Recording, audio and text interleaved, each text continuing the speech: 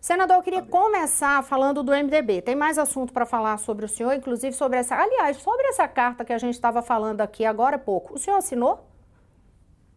Não, ainda não, né? Mas eu integro um grupo que defende a Constituição, a democracia, a separação dos poderes. Nós fizemos conversas várias com ministros do Supremo, entre a gente, fizemos várias reuniões e estamos em Assembleia Geral para toda vez que o presidente da República fizer uma ameaça à democracia, nós de pronto estamos aí para respondê-la, para enfrentá-la, para fazer o que for possível fazer, chamando a atenção do mundo, né? Para que nós não tenhamos aí a continuidade desse tremor institucional. Senador, mas pretende assinar ou acha que não precisa, já tem vários segmentos ali representados? Não, eu pretendo assinar não só essa carta, como qualquer outro documento que carregue nele o compromisso com a democracia. O Brasil vive um momento importantíssimo da sua história, né, do ponto de vista constitucional, do Estado Democrático de Direito. Nós vivemos o mais longevo período constitucional e não podemos colocar isso em risco diante das ameaças de um aventureiro que, numa circunstância abominável, sentou na cadeira de presidente da República. Senador, a gente já tem aqui a nossa repórter lá do Palácio do Planalto, Natália Fruê. Vou perguntar se ela quer fazer alguma pergunta já de imediato para o senhor e a gente conversa sobre o MDB. Natália? Pois então, senador, boa tarde. A gente teve nessa semana a convenção do MDB, prevaleceu. Boa tarde.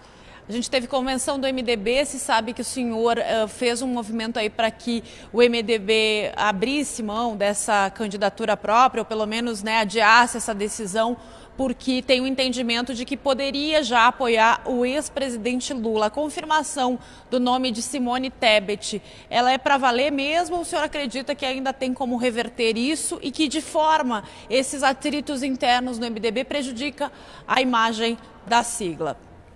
Não, olha, em nenhum momento nós tentamos impedir ou dificultar a candidatura da senadora Simone Tebet, né?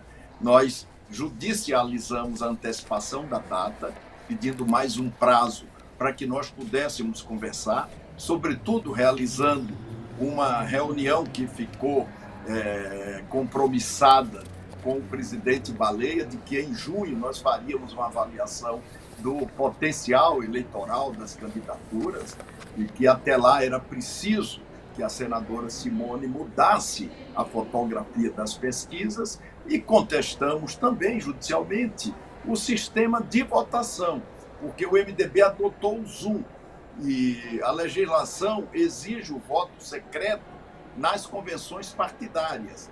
E nós utilizamos o Zoom no Senado Federal. E toda vez que precisa haver votação secreta, tem que ser uma sessão presencial, porque o Zoom individualiza o voto. E exatamente por isso que nós queríamos levar a convenção para o último dia do prazo eleitoral do calendário. O MDB sempre quis ter um candidato competitivo, porque só um candidato competitivo ajuda a alavancar os palanques estaduais. Um candidato que não tenha competitividade, que imposse ali em 1% dos votos, ele só vai atrapalhar esses candidatos competitivos. Nós fomos a São Paulo para conversar com Baleia, para conversar com Lula, para conversar com Michel Temer. Nós somos 11 diretórios, caminhando para 14 diretórios, né? E mais o líder no Senado, o senador Eduardo Braga, e o que representa na bancada, e o líder na Câmara dos Deputados, o deputado Isnaldo Bulhões, e o que ele eventualmente representa também, né? Nós queríamos discutir a candidatura, ver como ela poderia ou não ser viabilizada, e com o propósito de não repetirmos 2018, porque em 2018 chamaram o Meirelles, ele teve 1% dos votos, e nós pagamos o preço da redução da nossa bancada na Câmara para metade, 50% exatamente, e pagamos o preço também da redução da nossa bancada no Senado Federal para metade, para 50%. Nós tínhamos 24, 25 senadores, hoje nós somos apenas 12. Né? E isso não pode se repetir, comprometendo o papel que institucionalmente o MDB exerce no país. A candidatura de Simone, então, atrapalha o MDB, senador? É isso? Ela mais atrapalha do que ajuda? Se ela não crescer, se ela não mudar a fotografia das pesquisas, é evidente que ela atrapalhará da mesma forma que o Meirelles atrapalhou em 2018. Né? Se ela mudar a fotografia das pesquisas, cumprir um papel na campanha eleitoral, crescer, criar uma perspectiva, aí ela ajudará. Mas é muito difícil que isso aconteça, porque nós temos uma eleição única no Brasil, polarizada. Né? Nós temos o presidente Lula, que já foi presidente da República, e o presidente da República candidato à reeleição. Então está muito difícil. Por exemplo, a terceira via, ela desde o início se mostrou inviabilizada. Nós já tivemos 13 candidatos, possíveis candidatos, a candidato da terceira via. É uma coincidência, mas 13 candidatos. E nenhum se viabilizou. O PSDB e o Cidadania fizeram o que o MDB deveria ter feito lá atrás. Diante da inviabilidade de seu candidato, transferiu a responsabilidade da candidatura própria para o MDB. Mas isso tudo tem um custo. E alguém no partido precisava advertir. E fomos nós, integrantes desses 11 diretórios, representantes desses diretórios, que advertimos. Senador, mais uma coisa antes de eu passar a palavra para a Natália de novo. O senhor fala, Henrique Meirelles teve 1,2% dos votos. Na ocasião, ele não usou recursos financeiros do partido, né, em relação a isso. Desta vez, vocês esbarram com uma situação que a senadora vai precisar de recursos do MDB. O senhor acha que realmente o partido deve ter que tipo de limite para esse gasto, em detrimento de outras candidaturas que o senhor aponta aí como mais viáveis, principalmente essas para o Congresso? E a outra coisa vocês falam que realmente o Meirelles não teve um bom desempenho e não aparecia mesmo nas pesquisas desde o começo, mas ele foi totalmente abandonado. Os MDBistas não fizeram campanha para ele nos estados. O senhor acredita que Simone Tebet será, a exemplo do que ocorreu com o Meirelles também abandonado, e nos estados não vai ser feita essa campanha, não vai haver esse empenho dos MDBistas? Não, abandonado não. Você tem 11 diretórios no MDB, aqueles que foram a São Paulo, né, e os 2 líderes na Câmara e no Senado, que têm uma posição assumida com muita antecedência de apoio à candidatura do presidente Lula. E por isso tivemos que cumprir esse papel. Não é nada contra a Simone. A Simone é nossa colega no Senado, é uma grande senadora, é um quadro político espetacular. Tem nada a ver. O problema é que está muito difícil o crescimento dela, como difícil foi o crescimento do Luciano Huck, como difícil foi o crescimento do Dória, como dificílimo foi o crescimento do Moro e de outros candidatos aí, né, que colocaram seus nomes e tiveram que desistir. O Ciro Gomes, por exemplo, essa é a 4ª eleição que ele disputa.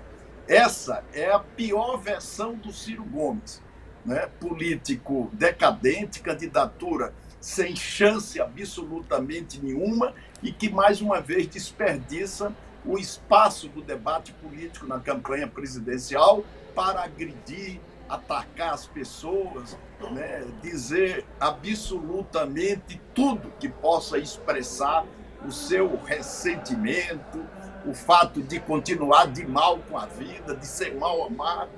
Quer dizer, isso não ajuda a elevar a consciência política, nem a educar as pessoas com o processo eleitoral. Natália Fruet.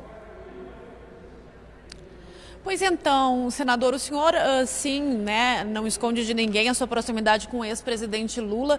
E no eventual segundo turno, como é que vai ser a relação com a senadora e candidata do MDB, Simone Tebet? O senhor acredita que é possível que ela declare apoio ao ex-presidente Lula ou a senadora vai permanecer neutra? E aí eu estendo a pergunta porque, como eu sei que o senhor é próximo do ex-presidente Lula, num eventual segundo turno, todos os apoios vão ser bem-vindos, inclusive de Ciro Gomes, que já disse que não deve apoiar ninguém. Vocês devem fazer esses movimentos antes mesmo desse segundo turno para, quem sabe, sensibilizar esses outros candidatos? Eu disse hoje, queria repetir, que a única maneira de nós contarmos com Ciro Gomes no segundo turno no Brasil é se ele for indicado para ser mesário no segundo turno.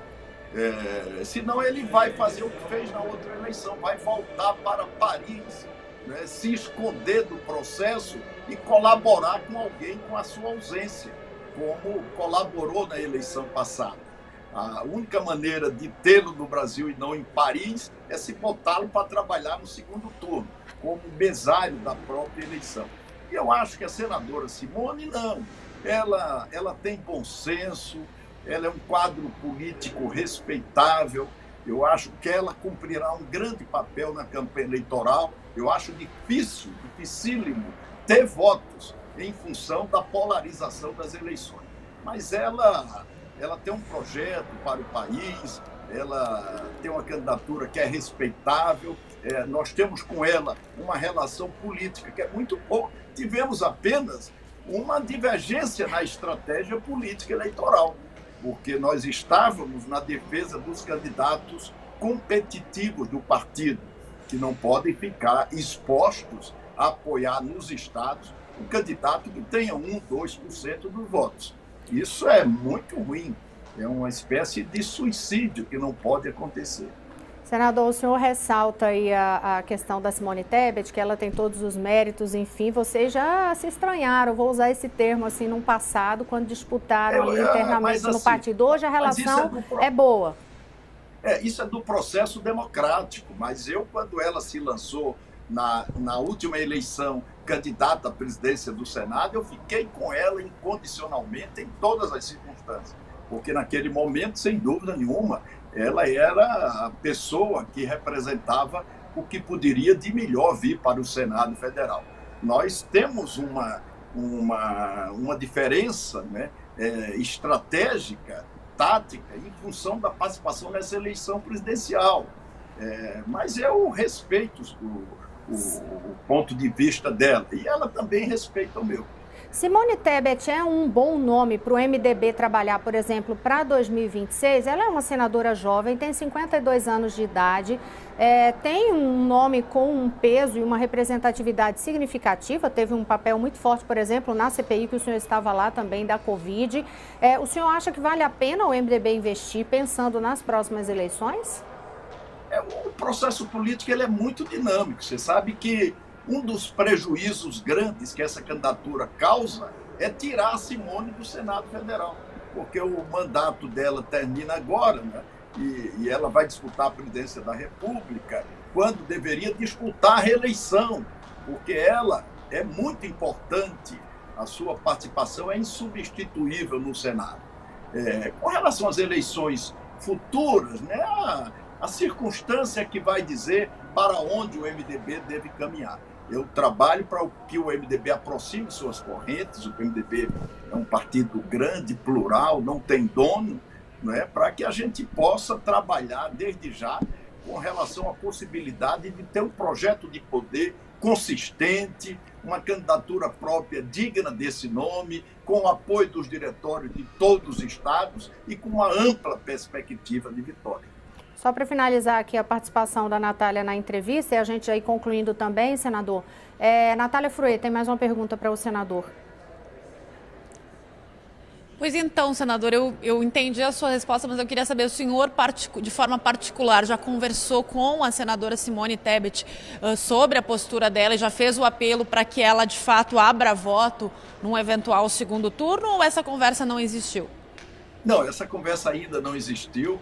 mas tenho absoluta certeza que no momento propício ela existirá, né?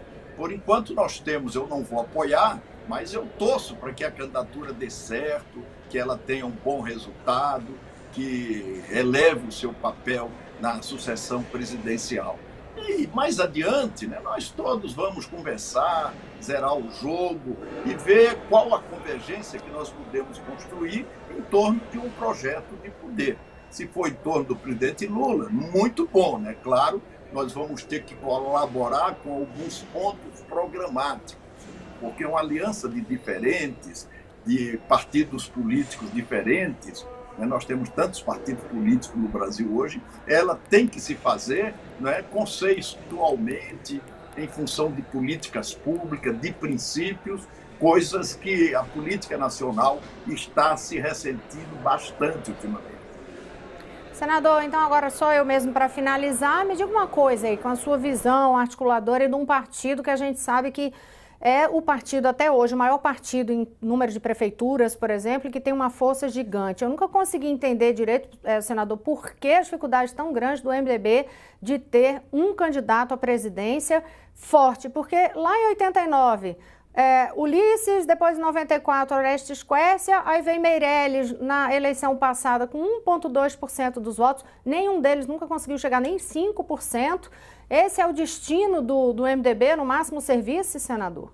Não, é que candidatura própria você não inventa, você não cria do dia para a noite.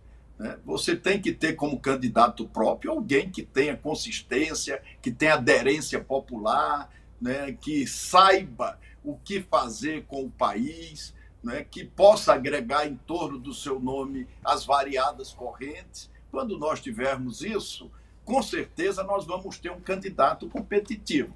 Enquanto nós não tivermos, e nós quisermos brincar de ter candidato, nós vamos continuar chamando o Meirelles. Senador, muito obrigada, viu? Se tiver mais algum complemento para fazer, porque eu até fiquei com uma curiosidade, numa eventual vitória do presidente Bolsonaro, uma reeleição, o senhor, como é que o senhor imagina que vai ser a sua relação com ele? E outra dúvida, o senhor vai tentar a presidência do Senado? Não, eu não cogito ser candidato a presidente do Senado, eu já fui 4 vezes presidente do Senado, né? Eu acho que é importante que se faça uma renovação, e o meu partido, o MDB, que deverá sair das urnas como o maior partido, ele sim, porque regimentalmente ele vai ter a preferência de apresentar candidato. E nós não temos, por exemplo, escassez de quadros, mas eu não cogito, eu quero servir ao Brasil onde quer que for necessário.